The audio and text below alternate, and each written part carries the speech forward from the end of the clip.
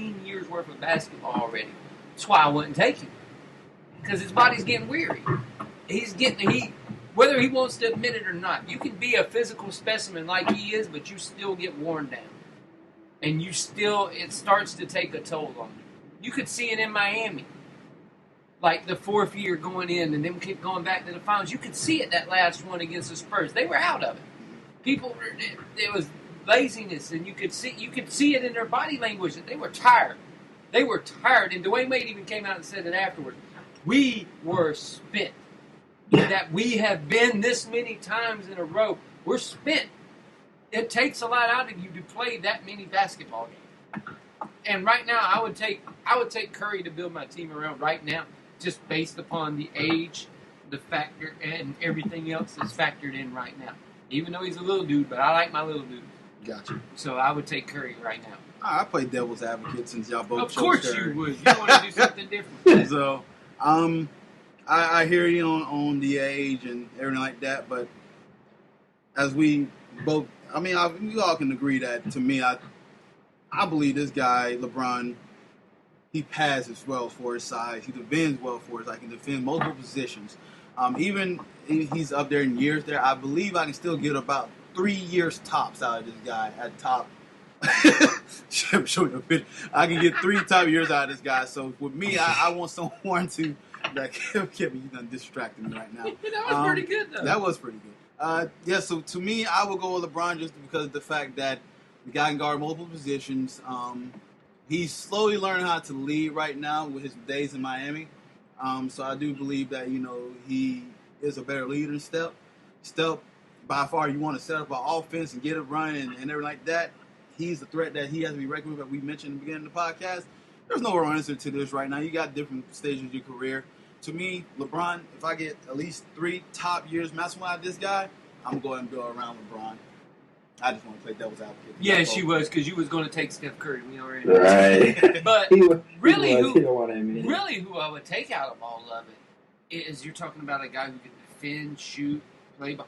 I would take Klay Thompson. Ooh. To start my team right now. I would legit take Klay Thompson. So out of all of them, you would take Klay. He can defend. He can shoot. He can play. We've seen it. Oh, yeah. We've seen it. I would take Klay Thompson to build my team around right now. Okay. Is that, Josh, is you good with Steph, or you'll take somebody else in the mix, or Steph? Klay Thompson is not a bad option, especially, the 44 point, or was it 41 or 44 that you just 41. Put together the other night? See, I make to bring them back. I just clear best 2 guard in the league. Now the best 2 guard, Dwayne Wade, is starting to go out the door with LeBron. Klay Thompson is the clear favorite to step up in that spot and just Klay Thompson is a more complete player than Curry because he can play both ways. He can be a dominant player on defense. He can play the more athletic guards, and you saw that when he was covering Westbrook a lot. Even though Westbrook, was really putting up numbers, Thompson did a pretty good job of handling him after Curry would be winded, because when Curry would get winded by guarding him, he couldn't go down on the other end of the floor and make those threes that he normally would, or those jump shots that he normally would. So Klay Thompson is a little bit better of a choice, but, Curry is also a very good choice. I have to agree with Kevin. Klay Thompson would be a very good pick in that situation. I like making things. I really like Klay Thompson as a ball player. Yeah. That's just me. All right, now Golden State. What are some of the things they need to do to win this series in your eyes, Kevin? It's tough. They need to just keep doing what they've been doing. They really need to not get that lull that they can get in their jump shooting. They need to not get that lull. They need to feed off of that crowd like they've been doing. And that crowd in Oracle has been crazy good for them. But they need to keep rolling. They need to keep rolling. They need to see some shots go in early. They need to get the Splash Brothers started early and get the shots in early, and they need decent production from their bench. Okay. But I think it's going to get shortened up a little more. Mm-hmm.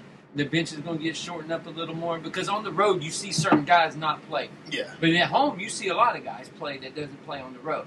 So I think it's going to get shortened up. Both teams are going to come out and play small ball. It's not going to be. This is not going to be your big men's old NBA type style of basketball. It's going to be fun. They need to get running too. They need to get running because I think they can outrun Cleveland. Even though Cleveland has been running a little more, it's also because look at who they've been playing. So if they can get up and get running on Cleveland, I think they got a little bit of advantage. Gotcha. Josh, I asked the same question to you. What are some of the things that Golden State need to do to win this series? Well, I think they need to get on the jump as early as possible because this is that type of series that can take a swing just like that. I mean, both teams are fast-paced. Both teams are the top two or at least top in their conference, and it can, the tide of the game can switch in a matter of seconds or a matter of a few plays. So I really think for Golden State that they need to just start off early, really making shots and, moving the ball and building that chemistry as they go along and building confidence rather right off the jump. And also, pretty much contain. If they can contain LeBron, because I know Andre Iguodala is not going to be able to stop LeBron. It's just not happening. You can kind of see it when he was playing Durant. He's a good defender, but age is catching up to him, so he's not able to completely cut off the guy as fast as he used to be able to. So I think that if they can contain LeBron and more so put the game more into the hands of the inexperienced, the more or the less inexperienced guys in the postseason, and your Kevin Love and your Kyrie Irving, I think that the Warriors will have a better chance if they can force LeBron to trust his teammates more than himself. I think they have the better chance of winning. Gotcha. All right, in my opinion, Golden State, they definitely need to get on the break and get this team moving up and down the court. Steph Curry is. Like I said, the injuries, I think that's the one that can stop that during the video. Just staring. Yeah. So to me, I think the Golden State thing they need to do, they need to make sure. One thing they need to do is stop with the turnovers. This is the team that they cannot turn over the ball against because Cavs can get out on the break with the best one of them in LeBron James leading the front there. So they need to control the turnovers, and they need to try to. I know they're not going to win the rebounding battle, but they need to go ahead and try to get that difference of that rebounding battle. Margin needs to be close to what it needs to be. So, to me, in my opinion, that's why I'm looking at this series for Golden State. As long as they push the pace, and that backcourt of them can average probably like 60 points per game between those two or plus, it bodes well for Golden State. So. I see somebody's hair. Is that a little better? It was like Alan Hearns. Like Alan Hearns. Alan Hearns. All right, so I posed the same question, and for the Cavs, what the Cavs need to do to actually win this series? And you want to take this one first, Kevin? The Cavs need to get the confidence of Kyrie Irving and Kevin Love going. Kevin Love, especially playing in his first finals. They need to get his confidence going right off the jump. Right. And they need to be able to hide the defensive limitations of Kyrie Irving and Kevin Love as well. Yeah. Because when you say Kevin Love and Kyrie Irving, you don't say defense. You don't really scream it out loud. No. Like you do with some other people. And they're going to have to try to find a way to hide that deficiencies of them, whether it's get running a little bit more. But the bad thing is if you start to get running a little bit more, you're playing right into the hands of Golden State because that's what they want to do. Yeah. But the thing, you're going to have to get LeBron on the blocks, get him going at Iguodala, get Iguodala in foul trouble because last year's in the finals, Iguodala did a great job against LeBron. Mm-hmm. So you're going to have to do that, especially because they're going to be switching off probably. You'll probably see Green and Iguodala switch off a lot on LeBron. So you want to try to get one of those two guys in foul trouble early and then take advantage of their small lineup if they get small. If Golden State goes too small, get the offensive rebounds and stuff like OKC was doing. Try to use that OKC. Try to use that OKC. Try to use that blueprint as you will. But the bad thing is the Cavs don't have that length and athleticism to use that type of blueprint against Golden State. But try to do some similar stuff to what because OKC again. OKC showed you how to disrupt that offense. Oh yeah. It's just they had the length and athleticism and the guys to do it. Whereas the Cavs, I don't think they got the guys to do it, so they just need to do it a little different. Okay. I pose the same question to you, Josh. Well, what the Cavs need to do, they just need to keep their offensive efficiency going. Because what they're going to do a lot is what the Warriors do is, well, both teams like to use the pick and roll a lot. So the Cavs usually their go-to startup, their plays usually start with a screen. And what the Warriors like to do off a screen is double team whoever has the ball, usually like the big man around closer around the paint. They like to double team.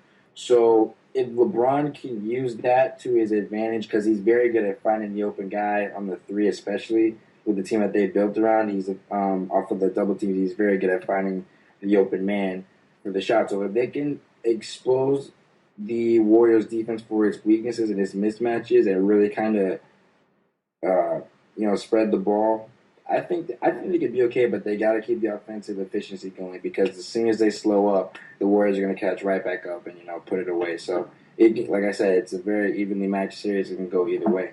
Okay.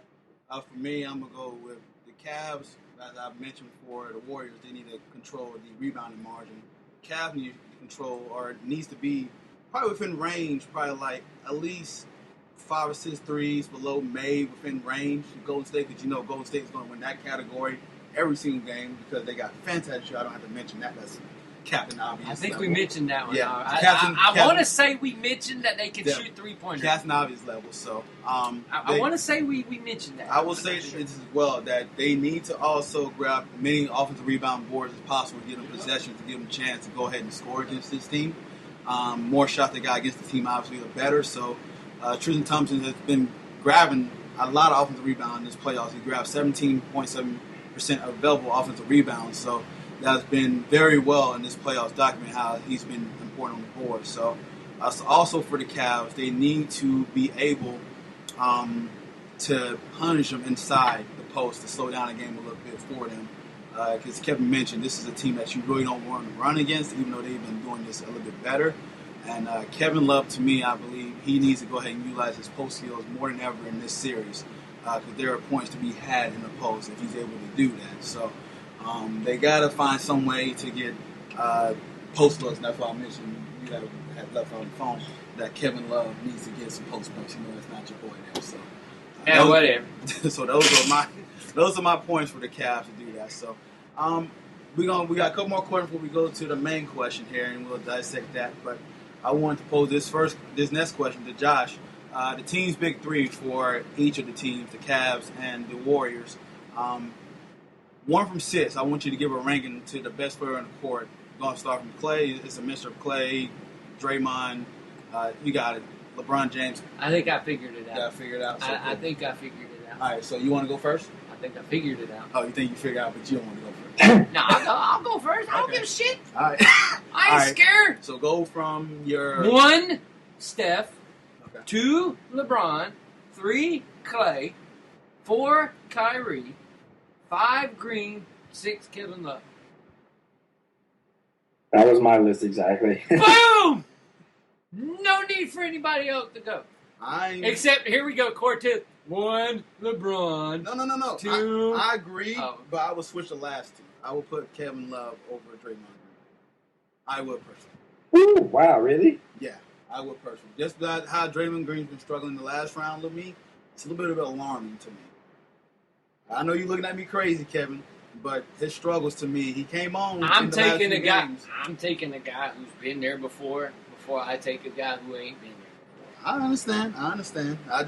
To me, those a little bit alarming with Draymond Green's struggles, and he did show up. Kevin Love struggled his ass off too, except for 1 game. Yeah, but we forget about that because it wasn't as exciting of a series as this one was. So and the other one was. See, Cortez didn't watch everything either. I watched. Oh, we know you watched it. The fucking Lord. TV or the internet wasn't fucking working. You were streaming Toronto games. All right. Who's the